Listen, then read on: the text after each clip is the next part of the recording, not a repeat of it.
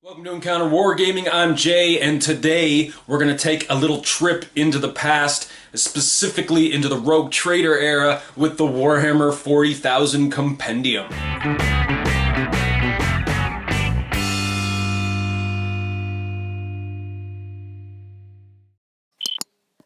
So there it is, the Rogue Trader Warhammer 40,000 Compendium. Let's bust her open. Awesome. First page, we got Marnie as Calgar. Look at this artwork. So 80s. Love it. In fact, this is the way the model used to be. He used to be sitting on this throne, unlike the current one that has like the two power fists with the storm bolters. This is the way he used to look, pretty much. And strangely enough, the sculpt did look as silly as that artwork, so I actually find this artwork awesome. I wonder what these dinosaur-looking dudes are. It's pretty cool. I wonder if there's some fluff to go along with that. Look at the cape. It's like some spotted cape. That's so cool. Alright, the important page. Here we go. So, first thing I like to look at, as always, as I've mentioned in the other Dark Age videos, is the date. So here we go. We got copyright 1989. So I was 5 years old when this book came out. How crazy is that? So in this book, we have rules for Space Marines. We've got the Bad Ab War, Imperial Guard, Dreadnoughts, Eldar, Vehicles, Land Raiders, Predators, Bikes, Craters, Imperial Robots. That's interesting. I can't wait till we get to that. So we got a Space Marine Army list, an Imperial Guard Army list, a Squat Army list, and a Harlequin Army list. Cool. Ooh. We had Ultramarines a second ago. Oh, I almost thought this was Dark Angels, but nope, it is the Mentors Legion. That's cool. So I wonder at this point if they had turned them into chapters yet, because they are still referring to them as Legion. We got Legions Astartes. Chapter 888. So, okay, so they are divided into chapters. That's cool. That's pretty cool. You got like a tech thrall or whatever they're called, the serfs dressing the dude. The remainder of his armor to still be put on over here. Chapter insignia. I didn't know the mentor symbol was an owl. That's pretty cool. Oh, mentors, tutors. Interesting. Huh, cool. That's pretty cool. You learn something every day. There we go. We got the fluff. The origins of the Legions Astartes. Gene seeds, implants. Sweet. Very serious looking Imperial Guardsmen. What is up with these helmets? It's almost like something out of Star Wars. Like clam heads. Weird. Obviously this game has evolved quite a bit over the years. But I believe most of this fluff is pretty much the same, like the creation of a Space Marine. Here you go. We're used to kind of seeing the dude being operated on. We've got, I guess they're putting on his black carapace. You got like the gene seed implants and stuff. Classified. Cool.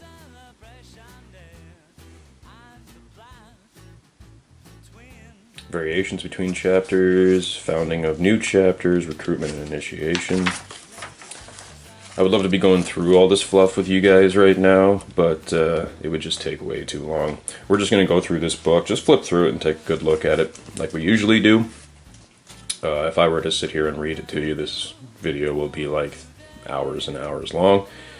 And I'm just looking to show you this. Just for a little nostalgia, you know what I mean? Cool, look at this dude. The fangs and stuff. I assume that's an early Space Wolf logo. Terminators, here we go. So we've got the Deathwing sort of theme there. Again, this game slowly evolved over time, so at this time I imagine they had basically just done the Deathwing expansion for the original Space Hulk.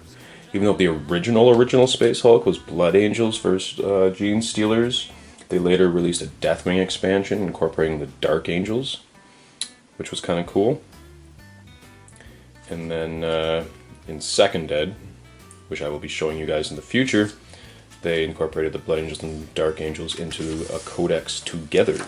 Ooh, color pages! I like color pages. Cool.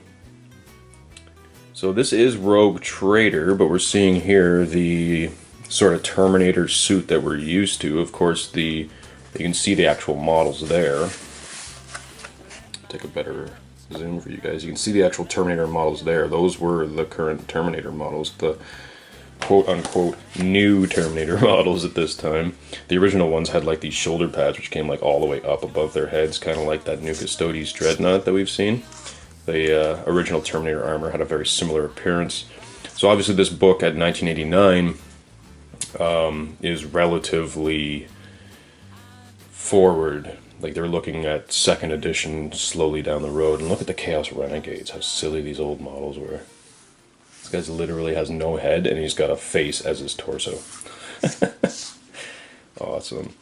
But yep, so I was right, Space Wolves. So we've got a Space Wolves Terminator, Dark Angels, Crimson Fists, and Blood Angels. Sweet, showing all the weaponry. Wow, look how silly the Heavy Flamer looked. Wild. Assault cannons, power swords, cool. Moving on, weapon systems. Here we go, we've got rules for weapons. Rogue Trader holding on to more of the role-playing elements of the game.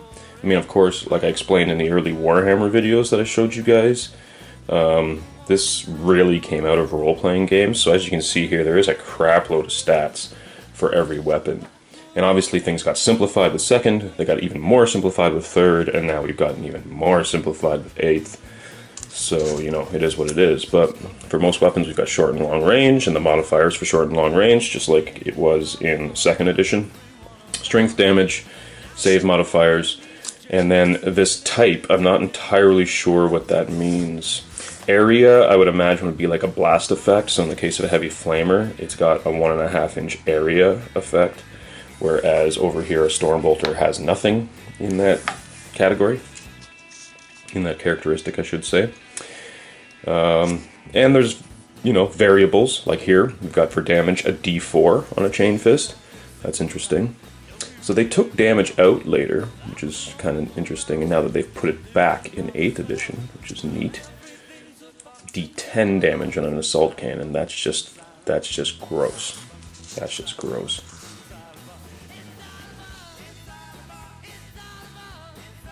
Interesting. So an assault cannon is strength 8 with D10 damage. A chain fist is strength 10 with D4 damage.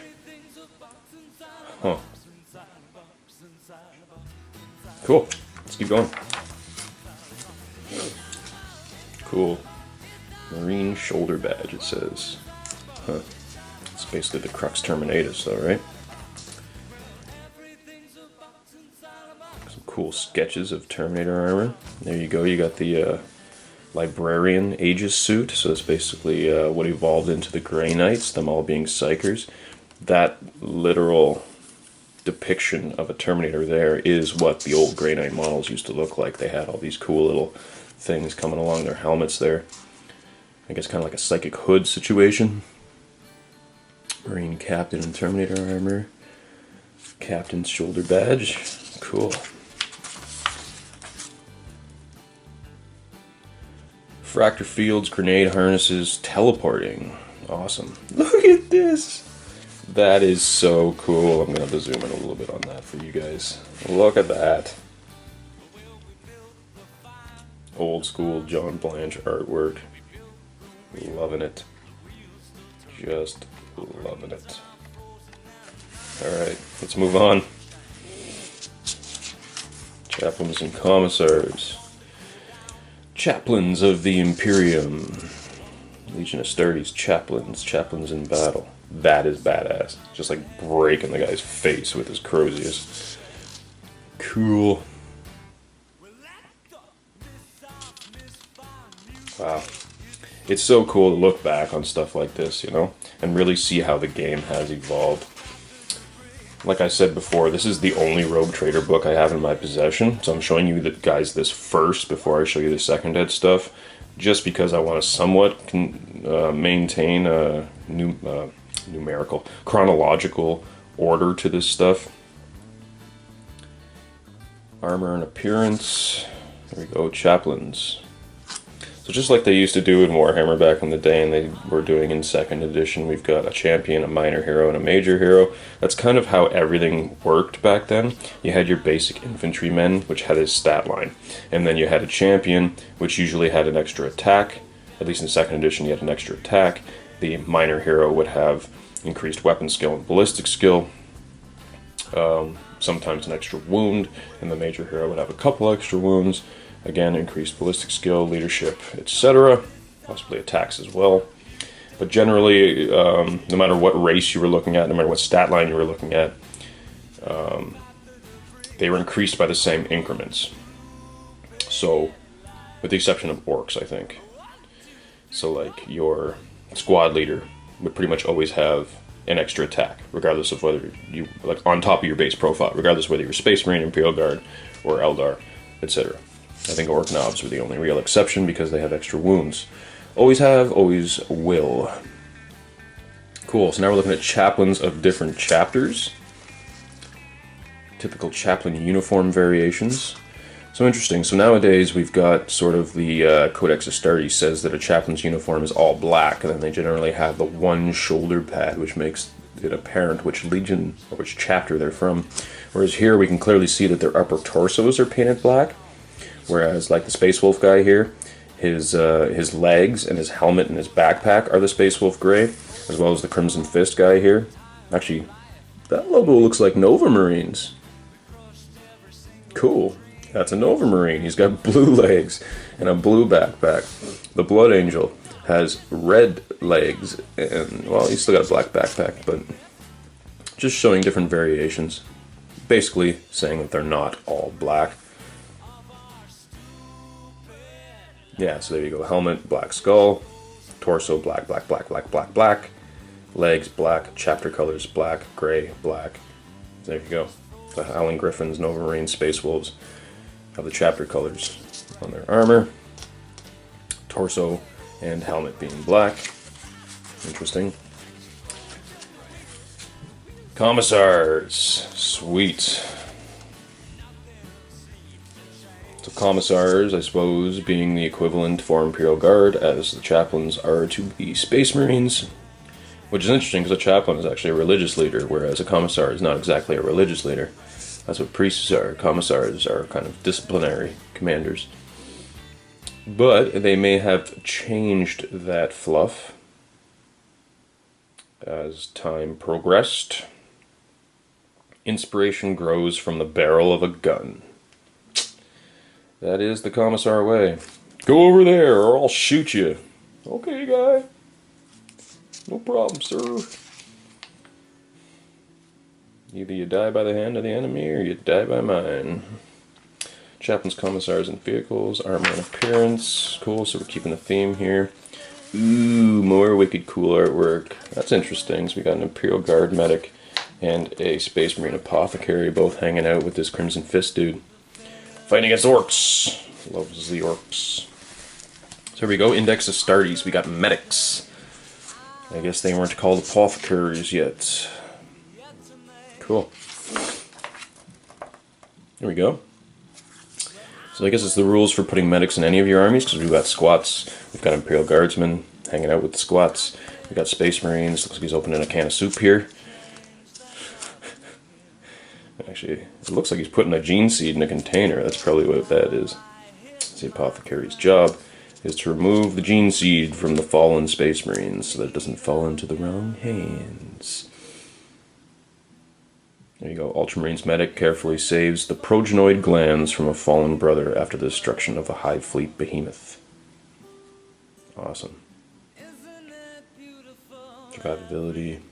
The Spear of Odin medic sets about a grim task of performing battlefield amputations. Ah, I didn't even notice that when I first looked at the picture. He's literally cutting the dude's arm off with a chainsword. Cool. Oh, how cool things were back then. Killed, KO'd, or wounded. Wound chart. Here we go. So again, with the sort of role-playing elements of the game, we've literally got a D100 roll here to see what happened to your dudes. Marines or others. Superficial wound, light wounds, severe wounds, critical wounds, and the penalties for those wounds. Interesting. -1 to your shooting, -1 to your weapon skill. Cool. -2 to hit, -2 from your leadership, and willpower. There's an interesting characteristic, willpower. Cool. So let's look at some of this artwork. We got different chapters. We got different squat regiments. 21st Infantry, 53rd Regiment. So that's your sort of Imperial Guard color schemes. I like the Imperial Guard armor. I have yet to see those models because I've seen the old Cadian models from Rogue Trader. And seen the sort of Imperial Army, they called it. I haven't seen any helmets like that. I guess that's sort of the precursor to Cadians, but I really like those helmets. That looks really cool. It gives me an idea for a conversion for the future. Anyways, let's move on. Medical aid, Marine progenoid recovery, campaigns. So again, I think they were really pushing the narrative back then. Like, this was really a narrative game. Like I say, it has its birth in role-playing games, much sort of unlike the current mass combat situation that we have, where things are sort of generalized and abstract in order to keep the game moving with mass numbers of models on the table. I know at least in 2nd edition, it used to take us hours to play with, you know, very few models. What a 2,000 point game back then was like, at least for a Space Marine army, was the equivalent of what like a 1,200 point game would be now as far as the model count that you had. But it would take 3 times as long, 4 times as long as a 1,200 point game would nowadays. So they keep increasing the model count and decreasing the granularness of the rules, just simply for time saving, to keep the game flowing, and for a competitive environment as well. Obviously the community has evolved into a tournament situation, whereas I think the original intention of these games was to create a narrative. But nowadays, there's room for both, right? We have narrative play, we have matched play, and we have tournament play. Anyway, to get back on topic, let's look at more Index Astartes. Imperial History Archives of the Badab War. Ooh, Space Marine chapters. Now this is something I noticed about Rogue Trader. People actually used to paint their Space Marines in camo. Nowadays everybody does a one solid color, which I always thought looked silly. See, there you go, Howling Griffins. They're camo. Crazy. Executioners as well. Executioners now are just a flat gray, right? Howling Griffins, I think, are blue and yellow now. There you go, Raptors Legion. They're blue and yellow in this, whereas now they're like a camo green. Cool. 2 different paint schemes for the Fire Angels. One looks more like the current White Scars paint scheme, the other dark green with flames. Space Sharks. Oh, there you go. So we've got, and then it shows the Space Sharks here with camouflage variation. So I guess Space Marine chapters had their sort of dress uniform and their camo uniform, much like current armies nowadays. That is an assumption of mine, but that's what I'm drawing from what I'm looking at here. Mantis Warriors, Red Scorpions. So there you go. That's the Red Scorpions we're used to. Black armor with yellow trim. But then the Red Scorpions also wore, what is this? Angstrom Incident. So I guess they can change their armor with campaigns as well. That's interesting. Very interesting to note. It would be cool if they brought that kind of stuff back into the Space Marine fluff. Maybe if I ever get around to painting my Space Marine army, I'll do something like that.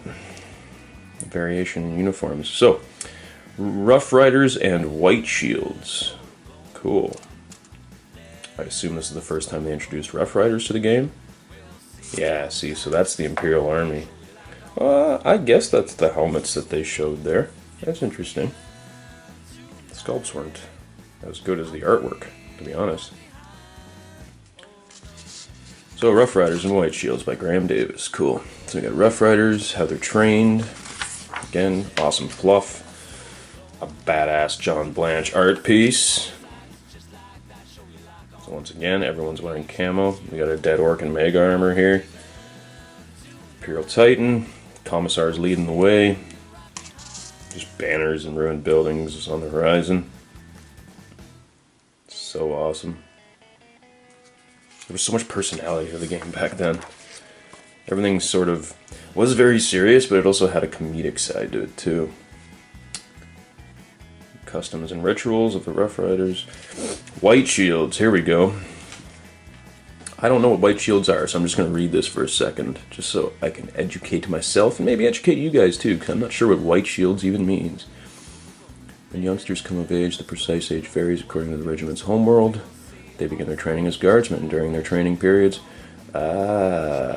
probiters. In practice, they are given names of the regiment's homeworld cultures, cadets, probationers, and gun babies. By far the most common name of the probiters, especially in regiments in feral and medieval worlds, is White Shields. So those are your conscripts, I guess. Cool. Yep, there you go. So they got the white stripe down the center. Even to this day, they generally show Cadian regiments with the everyone wearing the same uniform, but the conscripts have that one white stripe down the center of their helmet. I assume that's where this evolved, or where that evolved from. So that's what White Shields are. I just learned something. Ooh, squats! I love the squats. I really wish they never got rid of the squats. I mean, I guess they were superfluous with just basically being stunty Imperial Guardsmen. I actually have a squad army in the process. I've been converting it for like 3 years now. And it's not quite tabletop ready, but hopefully I can get that out for you guys and update it to 8th edition. Throw it in a battle report or two. It's just Imperium. An Imperium army. And luckily with 8th edition, that gives me the flexibility to choose from any Imperial faction, which is great. So I can just like mix and match, count as type stuff. Anyway. While I've been blabbering, I hope you guys got a good look at this artwork, because it is so cool. Squats. I want squats back. Cool. Alright, so now we're getting into some rules. I mean, obviously we still got fluff, rites of passage on the battlefield, so we're obviously still discussing the White Shields. But there you go, now we've actually got a unit entry for the White Shield. So 200 points a squad, you get a sergeant and 9 White Shields. The basic equipment, they come with a knife or a combat accessory. They get flak armor, photo visor, and frag grenades. The sergeant is armed with a las pistol and chainsword. 8 of the White Shields is armed with las guns, and 1 is armed with a las cannon. Cool. Sounds like your basic tactical squad sort of layout. Ogrins! Oh my god, look at the old Ogrins. These are so cool. Now, these guys you see here, like this guy, in fact I only see the one. In fact, maybe these 2 are actual Ogren models. The rest that you see here are actually Warhammer Fantasy Ogres, because I recognize these models from the old Warhammer stuff. So they're basically just telling you, you know, bring over your ogre models, and they are Ogrins, because that guy actually looks more like the current river trolls than he does an ogre. We got this guy wearing this sort of Araby theme, and then like that sort of pirate theme. Moving over here, these are clearly ogres. We've got that guy, which is clearly a chaos mutation. Cool. And at least in 2nd Ed, I know Ogrins were pretty universal, like orcs could use them. I'm not even talking about allies, I'm talking about like they were actually in the orc army list. They were in the chaos books. They were in the Imperial Guard book. So here we go. These are the Imperial Guard I was talking about. I guess that is their helmet. Weird. It looks so much better on the artwork than it does on the actual sculpt, didn't it? So that's the Imperial Army. This was before even they had Cadians and Catechins and all that stuff. human bomb. This guy literally has a bunch of dynamite strapped to his belly. Cool. Grenade launcher. That looks ridiculously silly. And I actually have this model, which they put here as a captain. I was using him as an officer in my Imperial Guard army. I would pull him out and show you right now, but I'm not entirely sure what box he's in. So maybe in the future I can pull out some of my old stuff for you guys. Anyway, moving on. Ogrins. So now we're getting into the evolution and physiology of the Ogren. Cool. This orc trying to jump on his back, he's just like, whatever.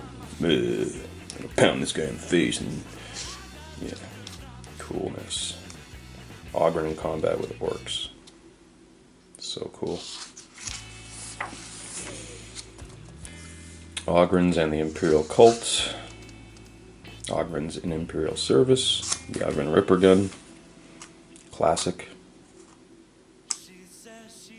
This looks like a bunch of Ogrins trying to surround an Orc Dreadnought. That's pretty cool. Lifting a jet bike over his head, about to smash a Guardian with his own jet bike. There you go, Renegade Ogrins. So we're talking Chaos now. Now we're into Imperial Guard. Cool. The old Sentinels. The old Eggwalker Sentinels. I still like those models. I don't care how silly they looked. I want some Eggwalkers. Alright, so we've got a regiment formation here. It's showing you basically, you got your commanders, 1st platoon, 2nd platoon, 3rd platoon, which in this case was Ogrins. 4th platoon, Beastmen. Cool. Used to have Imperial Beastmen back in the day. It's too bad they took that stuff out. I suppose you could still do a Renegades and Heretics Mutants, but Mutants are just crap. In reality, a Beastman should be a better fighter than a human, you would think. Not hit on 5s. Anyways, Rough Riders is the next one. 6th platoon, we've got Penal Legion, Ratlings, cool, and an Adeptus Mechanicus detachment. So this is the 7th Mordian Regiment, incorporating mutants from 3 different sources. We've got Rough Riders, we've got standard platoons, as well as Mechanicus in the same detachment, in the same regiment, which is kind of cool. Obviously, they've changed a lot of the way things are done. Ooh, that's a cool piece of art. There you go, there's the Eggwalker I was talking about. We've got, it appears to be Mechanicus dudes. I was going to say they're guardsmen. There's a couple of guards. These are actually Ratlings, I think, hanging out on top of the Rhino. Then we've got a couple of servitors hanging out up there. So I guess Mechanicus had access to Rhinos. I know the squats could use Rhinos or Chimeras. There we go. We've got the old school jet bikes, the Imperial jet bikes. We've got a commissar and what appears to be a commander riding jet bikes. Rough Riders up here, Ogrins here. Cool beans. Loving it. Moving on. Rules for Dreadnoughts. Cool. Orc Dreadnoughts.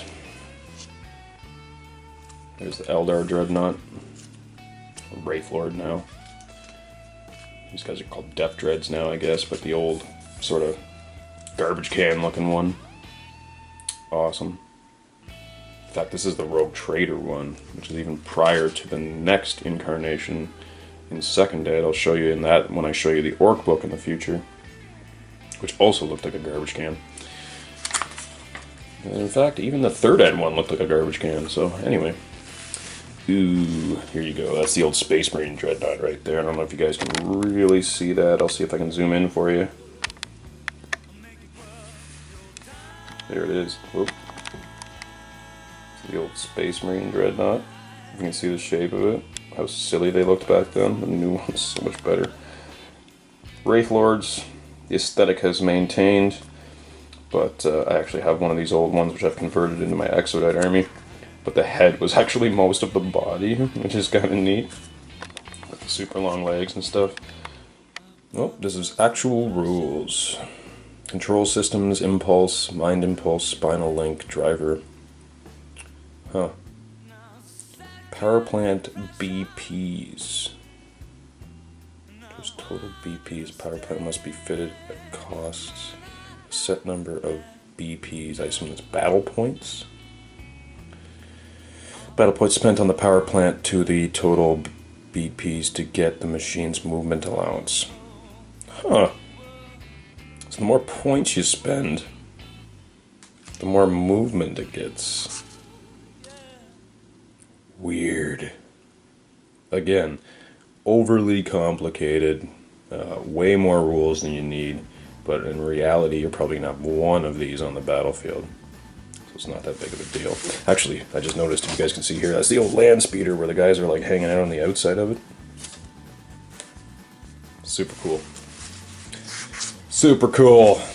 Moving on, we got equipment, targeters, ejector seats, auto sensors, power fields, jump packs, dreadnoughts in hand-to-hand combat. Yeah, see, there you go. The old Space Marine dreadnought. Why do they keep showing the orc dreadnoughts falling over? That's the third picture I've seen now of an orc dreadnought, like literally on his ass.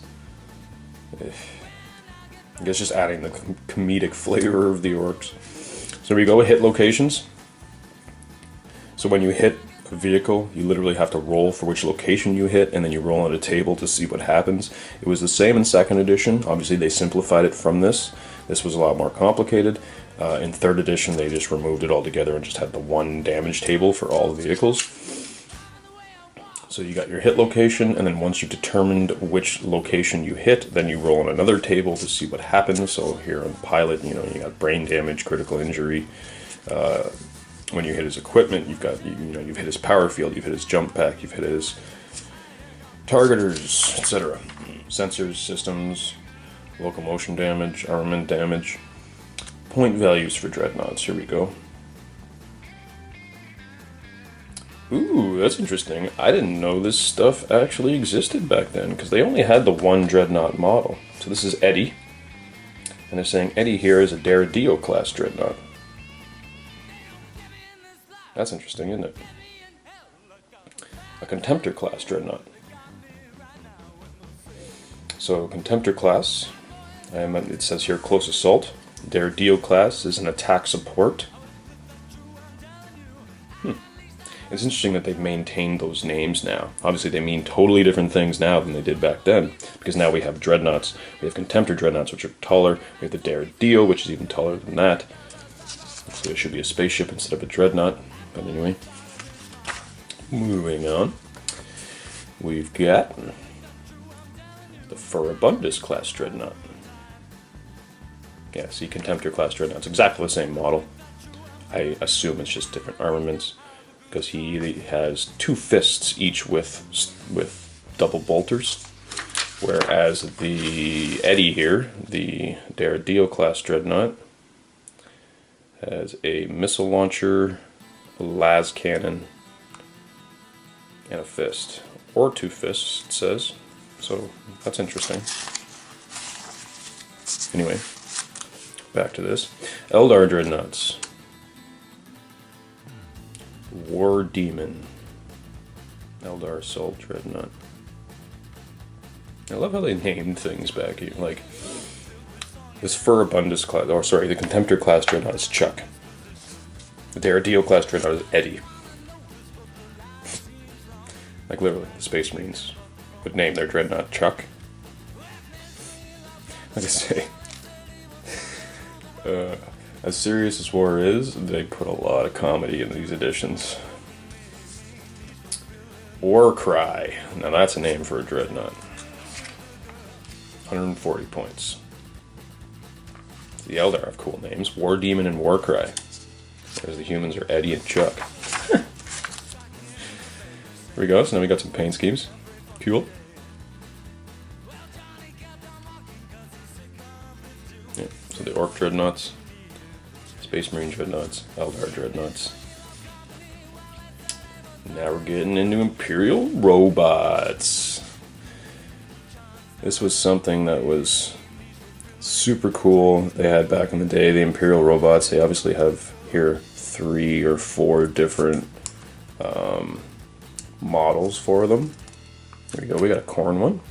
That's cool. An Imperial Colossus class. Imperial Conqueror class.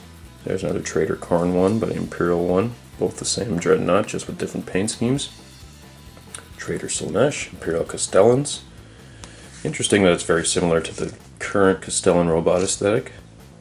Cataphract class.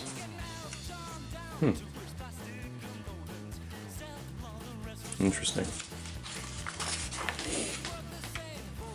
Alright, so pictures aside, we're still on Eldar Dreadnoughts. Banshee, there you go. So again, all the same model, but we got Warcry, Banshee. So this one's got hand-mounted flamers, this one's got a laser cannon. I didn't see what the other one had, but clearly they've just differentiated classes by what they're armed with, as opposed to the actual differentiation of the model itself. Orc Dreadnoughts, cool. Space Orc Super Attack Onslaught Dreadnought. Orc Dreadnought variants. So very similar to now. We've got here 2 claws and 2 heavy weapons, or in this case 3 heavy weapons and a claw. I'm getting the idea, right? Yeah, Killer Dreadnought has more heavy weapons or more claws. That makes sense. Eldar Warwalkers, cool. Scatter lasers.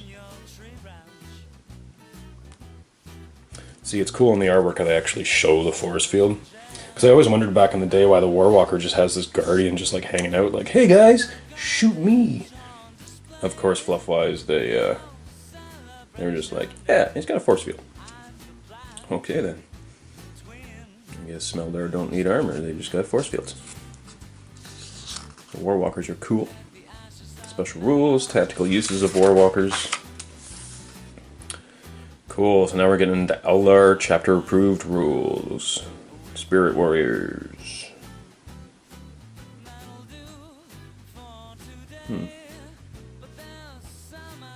Interesting. What exactly is a Spirit Warrior? The Infinity Circuit costs 15 points. This increases the Spirit Warrior's weapon skill and ballistic skill. Huh. Memory circuits, emotion circuits. Ghost Warriors.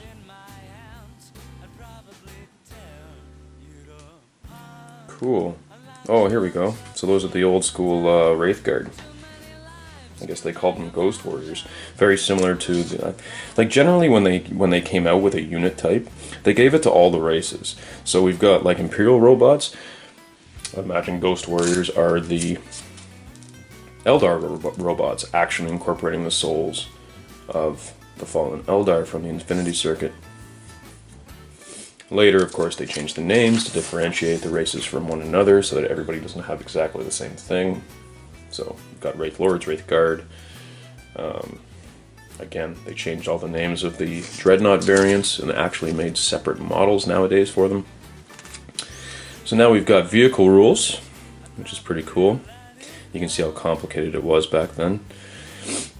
Something as simple as turning, you had to do special arcs and all kinds of things, whereas now it's just like, yeah, you can just move, do whatever you want.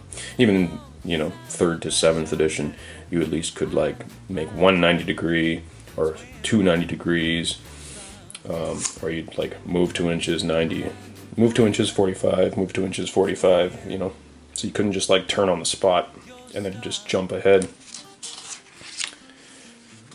Again, like I say, they've simplified things just for streamlining. We're looking literally at the dark ages of this game right now. Like literally, this is where it all started. This is where it comes from. It's literally like looking back at like the Renaissance or something like that and being like, wow, those people were unevolved. And then it's like, oh yeah, wait. This is where it started. Hit locations tables for weapons, like I was saying. Again, I'll go over that more when we get into the 2nd edition stuff. Cool, then we got Rhino paint schemes.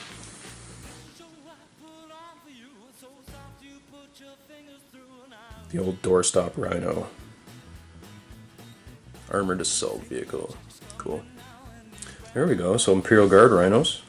Ultramarines rhinos. I guess the Chimera hadn't been invented yet, as far as the game is concerned. Because I knew I'd seen squats riding rhinos before, but I didn't know Imperial Guard could have rhinos. I guess it's just the standard Imperial armored transport at this point in the evolution of the game. Blood Drinkers, Crimson Fists, a medic rhino. Huh. Codex Incept Pattern, medic. Field Commander Rhino for the Crimson Fists, Flesh Eaters, White Scars. Interesting, the White Scars Rhino is camel green. Find that very interesting. Imperial Guard fighting 9th Regiment. Cool. So yeah, I guess your Rhino is just your standard Imperial transport back then. No Chimeras in the game yet. Okay, so we've still got more damage tables, extra equipment, open-topped vehicles, so showing the orcs here. There you go. Orcs having open-topped vehicles. Shield penetration, extra equipment. Land Raiders! Awesome. The old silly-looking Land Raider model from back in the day. Funny thing is, this was the only Land Raider model for quite some time, all the way through Rogue Trader and 2nd edition. And then in 3rd, they just, like, deleted it. It's like, yep, no more Land Raiders. Oh, wait a minute. And then like halfway through 3rd, they were like, we have a new Land Raider model. And everyone thought it was the coolest thing in the world. It was like the biggest plastic kit they ever created. It was so funny. I remember when the Land Raider came out, the current Land Raider model came out, it was literally the biggest plastic kit they had ever created at that point. Now we have things like Bane Blades and the Lord of Skulls and the Imperial Knights and so on and so forth. So clearly they've amped it up. I think the Stompa is probably currently the biggest plastic kit they produce, but I could be wrong. Anyway, we didn't have anything like that back then in this stage of the game. The Land Raider was literally the biggest model in the game, from my recollection. And there it is. Showing fire arcs, side arcs, cool. Stat line, the old school stat line. Point value 750 points. And there it is. Oh, actually, that's a Rhino with Imperial Guardsmen. Like I say, blasting some Orc Dreadnoughts with all-as cannon. Cool. Oh, I was like, las cannon on a Rhino? What? Oh, Predator. There you go. So we got all the variants in here. There we go. By Rick Priestley. Predator. Imperial Assault Tank for Warhammer 40,000. Yep, so there you go. Las cannon fire arcs. Obviously it can't shoot behind itself with the sponsons. But of course the turret, fully turnable. Predator weapons, autocannon, las cannon, smoke launchers, bolters.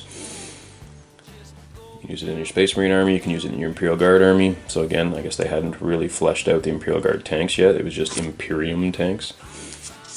Cool. 40k Kickstart. We got special rules for bikes, skids, and collisions. Special bike controls. Battle bikes. Huh. So even before Space Marine bikes, you could have Imperial Guardsmen on bikes. Obviously, squads had bikers. I think that's what you're seeing in the background here. I recognize the long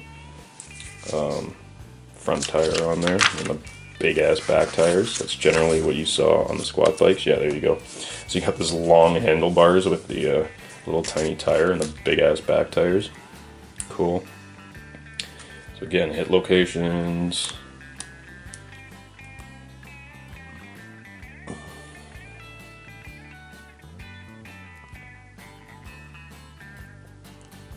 Okay, revised area fire, vital hits, developing psi powers. Cool, so I guess they hadn't quite called them psychic powers yet.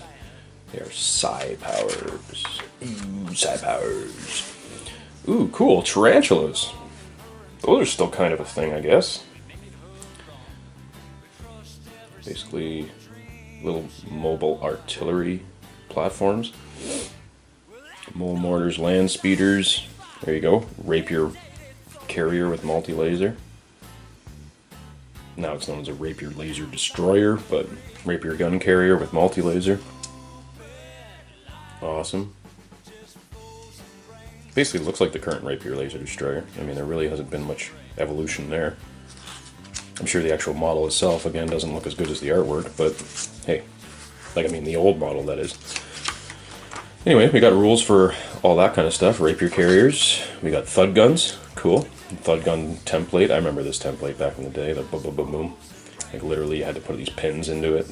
And you rolled a d12 to see where it goes. Next one, d12. Again, d12. So it goes boom, boom, boom, boom, boom, boom, boom. And there's a thud gun right there. More or less the equivalent of what today would be a thunderfire cannon or a quad mortar kind of idea. And in fact, the quad mortar used to be like that. It was a barrage, 4 templates. In 6th and 7th, that is. It was like that. Imperial land speeders. First time I've seen an Imperial Guardsman on a land speeder before. I've seen the old Space Marine one, but that's pretty cool to see Guardsmen on the land speeders. Again, I guess they just, like, this is Imperial vehicles. Any Imperial army can use them, which is kind of neat. Craters, bombardments. Cool. So we're giving you some rules for terrain at this point. Awesome. Imperial robots. Here we go. Here's the actual rules for the Imperial robots. The Legio Cybernetica.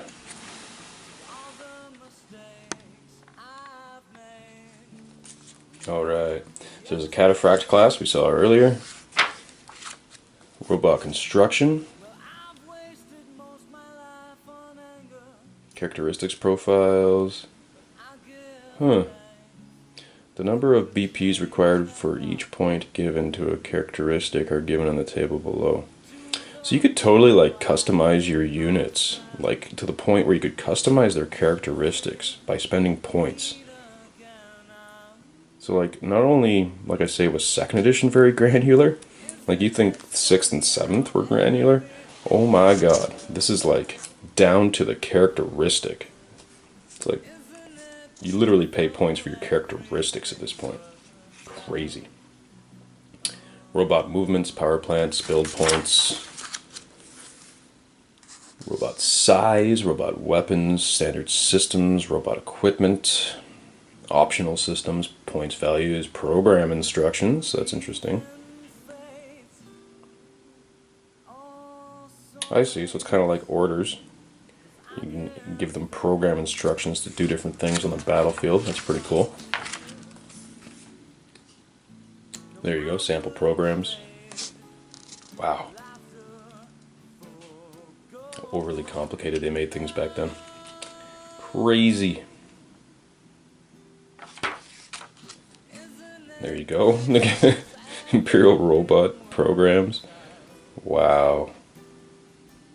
I can't even make sense of that right now. Photocopy both sides of this and page. Glue the copies back to back on a piece of card to make sure the sides are the same way, then cut it out as counters. I see, they're order counters. Cool. Or program counters, I guess, in this case.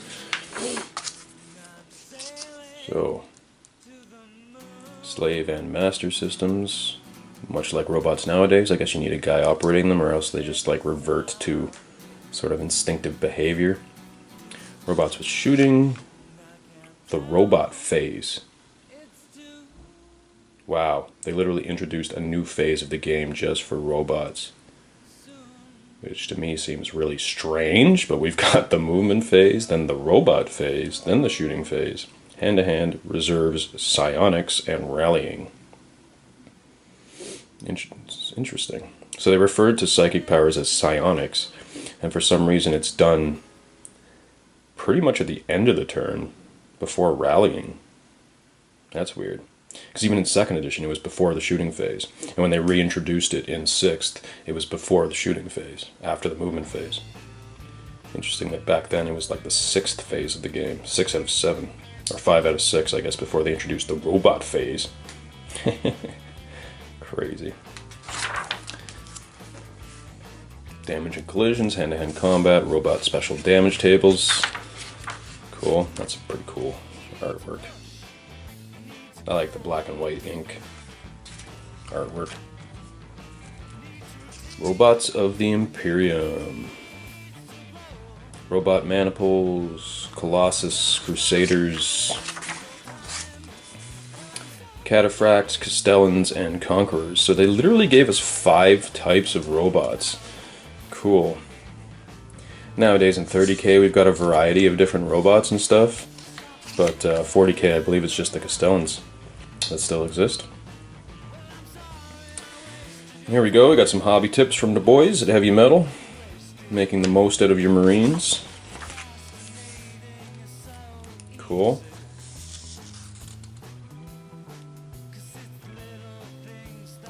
What the hell's going on there? That looks like something out of Lost in Space.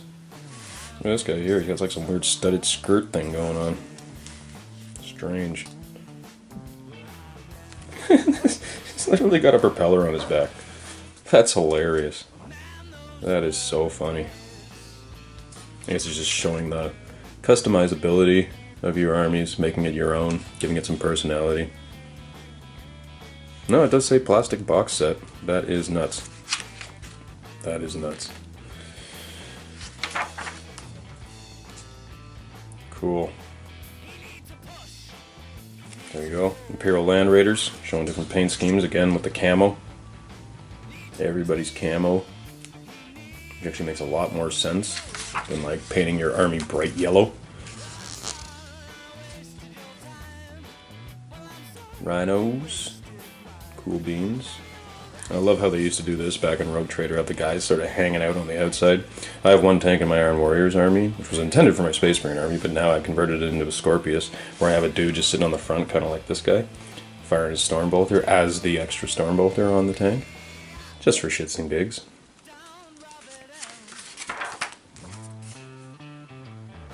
Oh, and there it is. I remember in 3rd edition they came out with vehicle design rules, and they showed that like weird Imperial Grav tank that was made out of a deodorant stick. There it is in Rogue Trader. They're literally telling you to build your own Grav tank, Grav attack vehicle. It's literally built out of a deodorant stick. Right there. It's just crazy. Yep, see, there he is, fully done. Coolness. And this, that's nuts.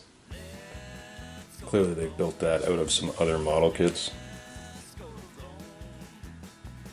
They're literally telling you to buy models from other companies and convert them for this game. There's no way Games Workshop would do that nowadays. In fact, they've even gone as far as taking out the rules for things that are uniquely theirs, but that they don't actually make a model for, to literally discourage people from converting. Back then it was like, yeah, convert whatever you want. We just want you to play the game. Another cat face on the Space Marine Dreadnought. Crazy. I don't even know what the heck this is or what it would be used for, but I guess they're basically, you know, allowing you to customize, make your own vehicles. There we go. Quick methods for painting Imperial Guardsmen. Sweet. There's the old Imperial Beastmen. I gotta zoom in on that. I would love to get my hands on a few of these guys. Look at those. So cool. Officer and member of an attack squad. So this actually looks like a fantasy beastman, a Warhammer fantasy beastman, which I guess they wanted to blend in with the aesthetic, because this guy's clearly Imperial. I mean, he's got the chain sword and the plasma pistol and the Imperial Eagle on his chest, whereas this guy is probably just straight out of the Warhammer model line. So, once again, we've got that Ogryn again.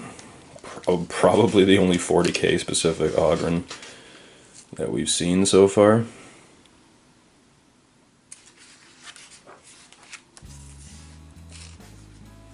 Alright, so it's showing you some insignia details and stuff that you can use for your armies. We've got the Codex Imperialis, so Index Astartes, Codex Imperialis, recruitment and training, organization, tactical organizations.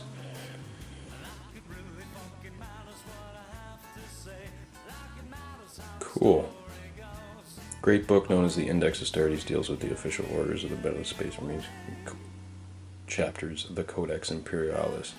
So before the fluff, I guess, changed to the Codex Astartes, they called it the Codex Imperialis. You'll see as we go through the second edition stuff that the Codex Imperialis book is the sort of army rules, I suppose. So, you know, like I say, things evolve, they change the names of things. This literally is 40k in its infancy. So there's going to be some massive differences. But this section here appears to mostly be fluff. We've got the personality of your models. Okay, it's kind of giving you suggestions on equipment, standard equipment, special equipment, additional equipment. Tech Marines, Librarians, Tech Marines in the Army, Tech Marines in action, squads. Yeah, so it's sort of fluff, but it's also... This is how the Codex Imperialis dictates Space Marines should operate. So I imagine that's the equivalent of what we now know as the Codex Astartes, written by Mr. Gilliman himself. And here we go. So now we're into actual rules. We've got Space Marine rules for a Lieutenant Commander, Captain, Lieutenant, Chaplains, Librarians, Tech Marines, and Medics. Cool. I'm just going to zoom in on one of these stat lines for you guys so you can kind of see. So we've got 3 different levels of characters, like I was saying. Kind of the way it does now with, like, you've got your sergeant, you've got your captain, and then you've got your master. It's kind of the same thing. We've got the champion, we've got a minor hero, and then we've got a major hero, right? So clearly their weapon skill and ballistic skill increase once you get beyond the minor hero stage. Yeah. Attacks increase 1 with each level. Initiative increases, leadership increases, intelligence, willpower, etc. And it even tells you how many you can have, like the 0 to 1. You must have 1 lieutenant, that's interesting. 1 to 4 medics. 1 to 6 librarians. Interesting. Tactical squads, assault squads, devastator squads, Terminator tactical squads. We've got a Terminator librarian and a Terminator captain. So just take a good look at these old unit entries, these data slates, as we call them now. It's amazing the difference. You'll see in the second edition stuff it's very different as well. And then third sort of was the way things worked all the way until 7th. And then now we've just got a whole new way of outlining a unit's rules entries. Cool, so now we've got new weapons and equipment for your Imperial armies. Stasis fields, combination weapons. So that would be your combi weapons. Double barrel, triple barrel, D6 barrels? Really? With a combi weapon with 6 weapons on it? There you go, you got a bolter flamer guy right there. That's cool. Standards, rules for back banners, ceremonial standards, additional equipment and weapons for dreadnoughts, robots, tactical equipment, off-table support. That's cool. Requesting support fire. That'd be a neat little twist. They've kind of done away with that kind of stuff in the game too. They might, you know, currently incorporate some stratagems or something where you could fire something from orbit. For the most part, there's not really a lot of that anymore. They want you to buy models nowadays. They don't want anything happening that's not represented by a model.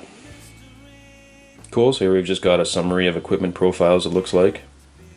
Yep, stats for dreadnoughts, stats for the robots, sort of everything in summary situation. Make it easy for you. More Imperial Guard stuff. Imperial Guard regiments, regiment names, companies, platoons. This is just telling you how to arrange your armies.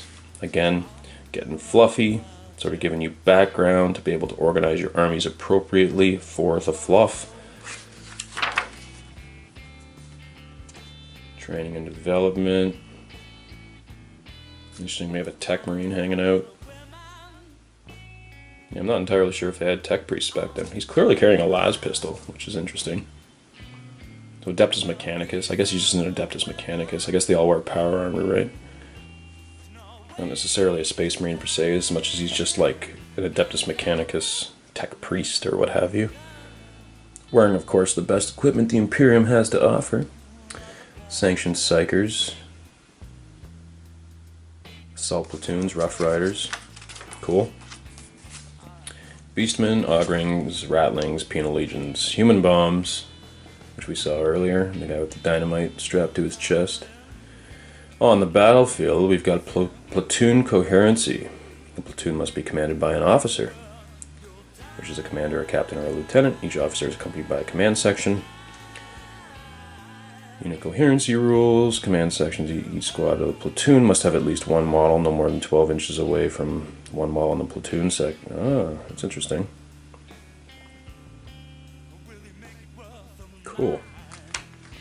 Kind of maintain those things through later editions. You know, like for one troop choice, you purchased your infantry platoon, which had to have a command squad, had to have 2 units of infantry, and then you could add extra units on top of that. Basically, the difference here is that it applies to the entire Imperial Guard army. Special units, assault platoons, Rough Riders, Beastmen, Augrins, Ratlings. Adeptus Mechanicus, Servitor, repairing damaged equipment. Commissars, Sanctioned Psychers, Cool Beans. Further equipment, we've got auxiliary grenade launchers, jump packs, power shields, the Rough Rider hunting lance. So now we're just getting into specifically explaining the stats of each weapon.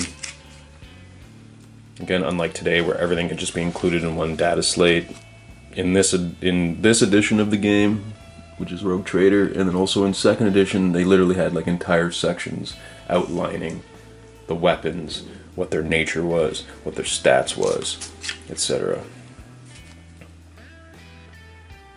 Here we go, force compositions. So allying contingents for the Imperial Guard, so you can take from your Legion Astartes, you can take from, so you can have 25% from your Legion Astartes, you can have 25% of your army from squats, 25% Rogue Traders, 25% Adeptus Arbites, that's interesting. 1 squad of Imperial Assassins may be attached to an Imperial Guard force. Harlequins and Ordo Malleus. Imperial Guard force faces an enemy force which demons or possessees. The force commander may seek the special help of the Ordo Malleus. The feared Eldar Harlequins too may join a non-Eldar force if it fights against chaos. That's interesting. If the guard's enemy contains demons, 25% of the army's point values may be spent on either Ordo Malleus or Harlequins. Crazy. So anywhere there's chaos, the Harlequins just kind of show up. That is unexpected.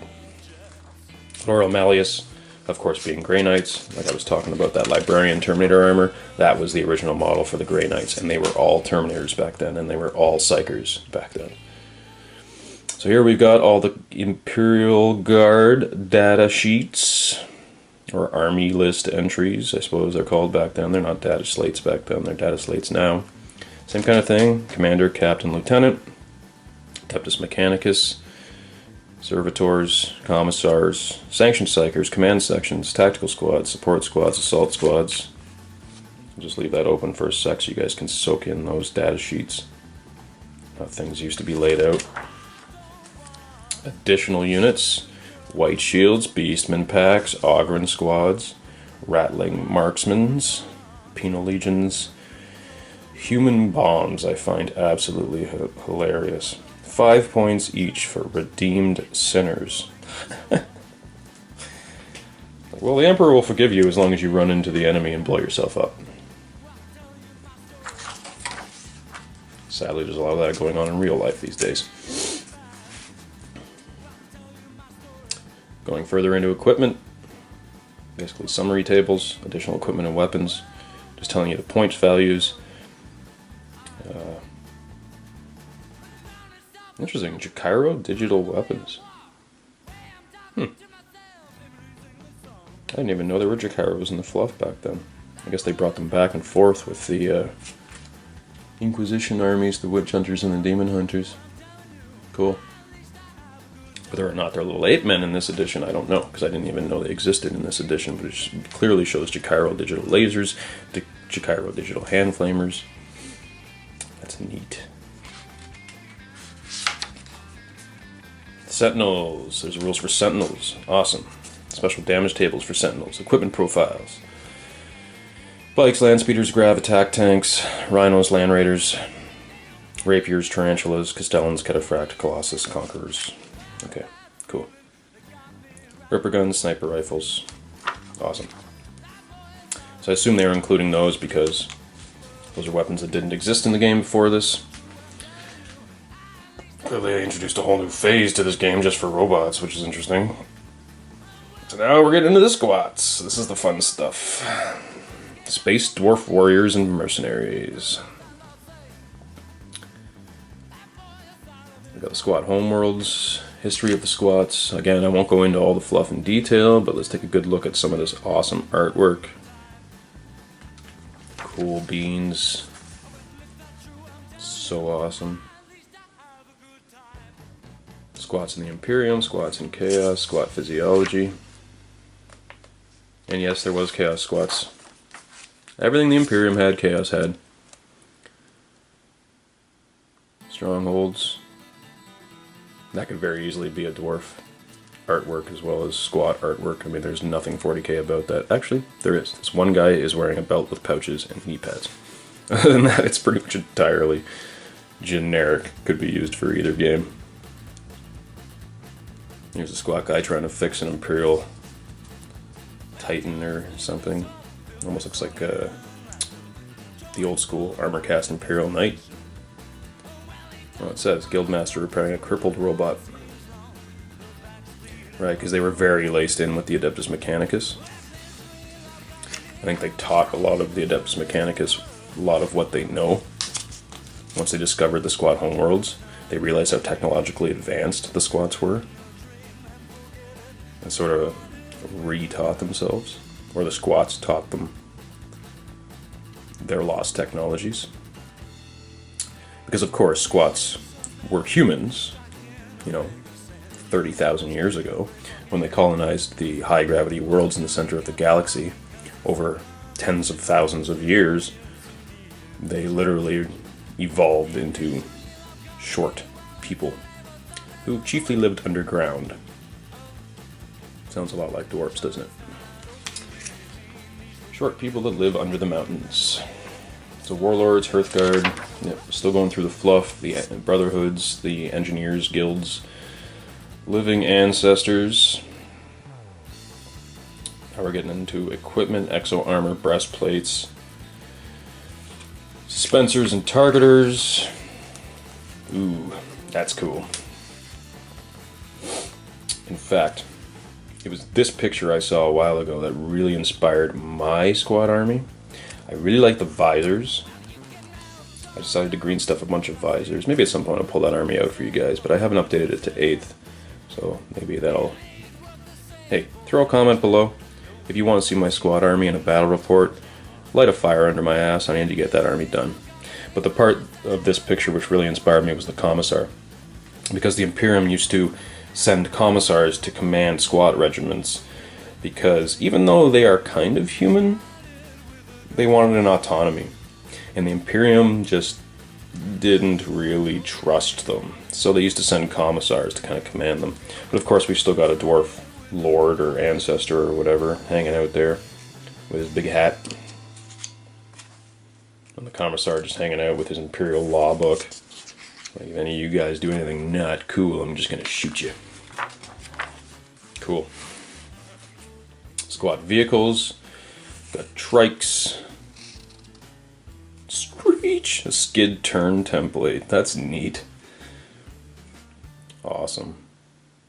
Photocopy this template and stick to card and cut out. Awesome. They would never tell you to photocopy a book nowadays. Copyright issues and such. Alright. There you go. Trader squats. So clearly, chaos attributes. We do have chaos squats, but for the most part, these are your rules. So we got squat data sheets here. We got a warlord, Hearthguard, which would be like a command squad, sort of like veterans. 4 Hearthguard. Having exactly the same stat line as your warlord, which is strange. Well, I guess it's not strange from a common sense perspective, but it's strange from a Warhammer 40,000 rules perspective. So your squads, Brotherhood weapons teams. That's a neat little thing. Guild masters, guild weapons teams. So guild trike mounted support weapons teams. I see. So your trikes were like your heavy weapons, kind of like an attack bike. What an attack bike is now. Your normal bikers just being your standard bikers. So there you go. Guild bike squads, living ancestors, which I believe were your psychers. Yep, psychic abilities, mastery levels, psi levels. And then we've got commissars and tech priests. So your human dudes that can be inserted into your squad army. Literally got a tech priest like looking over this guy's shoulder as he's building stuff. He's not telling him what to do, he's teaching him what to do. And the commissar hanging out with these dudes, making sure that they stick to imperial law. And then here we go, moving into Harlequins. Awesome. I love how they put like little diamonds and hearts and things all over the page. So much fun. Avatars, warlocks, death jesters. Obviously avatar is not what an avatar is nowadays. I believe their leaders were called avatars. And then like with the normal Eldar as well as the Harlequins. Nowadays it's like literally a piece of the god that has been brought into manifestation. But as far as I know, warlocks were still the psychers. Yep, warlocks are specialist psychers, while other personalities, blah, blah, blah, blah, blah, blah. Death jesters carry the heavy weapons, that makes sense. And the troopers are just the backbone of the Harlequin force. Cool. High avatar, high warlock, mime. Mimes under the direct command of the master mime. Individual troops and performance. Mimes play mystical and demonic roles using movement and gestures only. In everyday life mimes speak little. Communicate amongst themselves with a system of hand signals.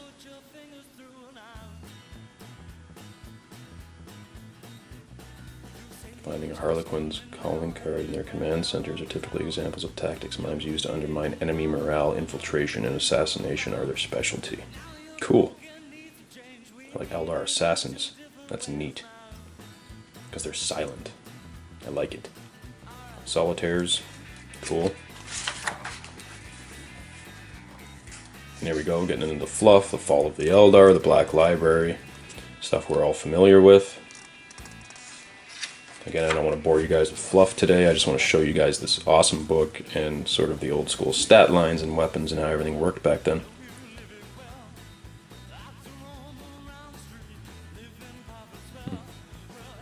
Like literally you can tell this artwork is drawn with a pencil. That is wild. Harlequin mask, shuriken cannons, mini grenade launchers, monofilament injectors. It's a Harlequin kiss. Again, these things have evolved over time. They took Harlequins out of the game for some time. And then they sort of inserted a little 3rd edition codex. And they disappeared again for a while. And then they brought them back in 5th. Well, they brought them back in 4th, 4.5, in the Eldar book, and then they gave them their own faction in 5th. And then expanded it fully in 7th, right? Or was it 6th? Maybe it was the end of 5th, when they fully expanded the faction. Gave us all new models, transports, etc. But clearly, you know, in this case, you're just mixing it with your Eldar. I mean, you just got these individual models that you're mixing with your current Eldar, because clearly we've got a Eldar Dreadnought there. Bio-explosive shurikens, Harlequin personalities, cool. There you go.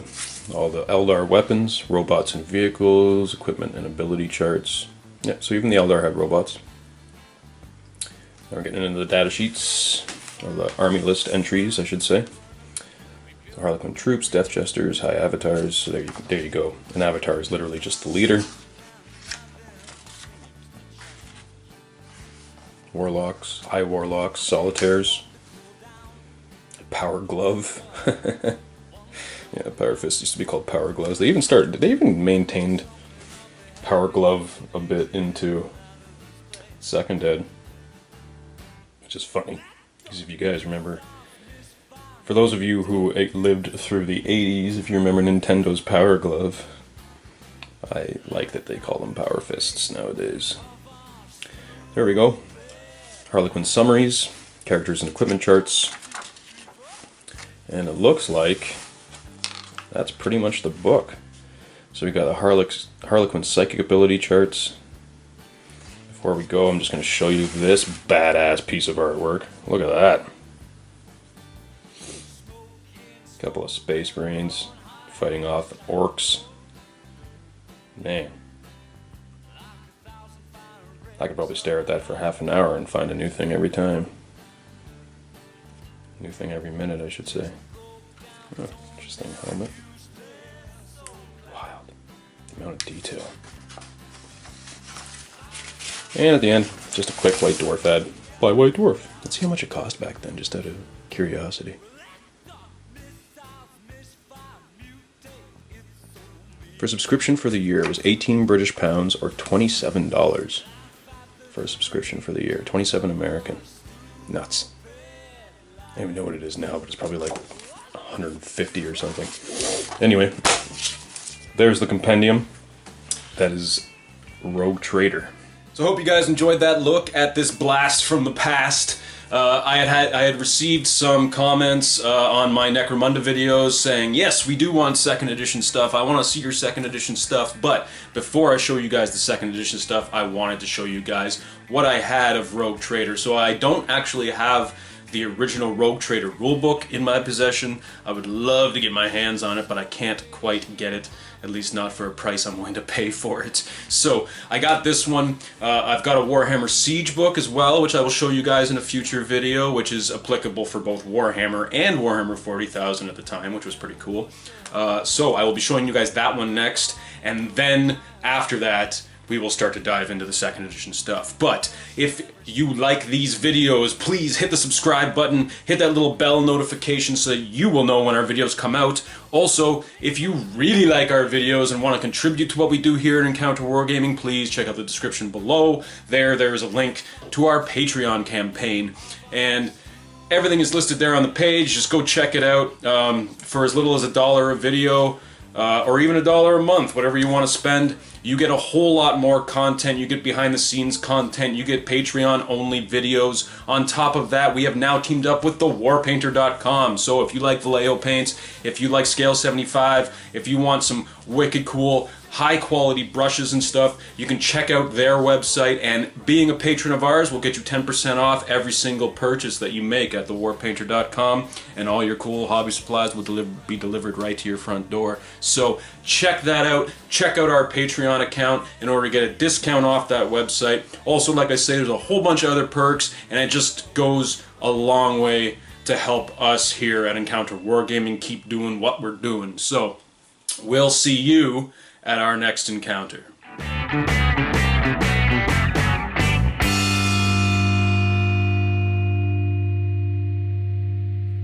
Like a monkey in a rocket on his way back home.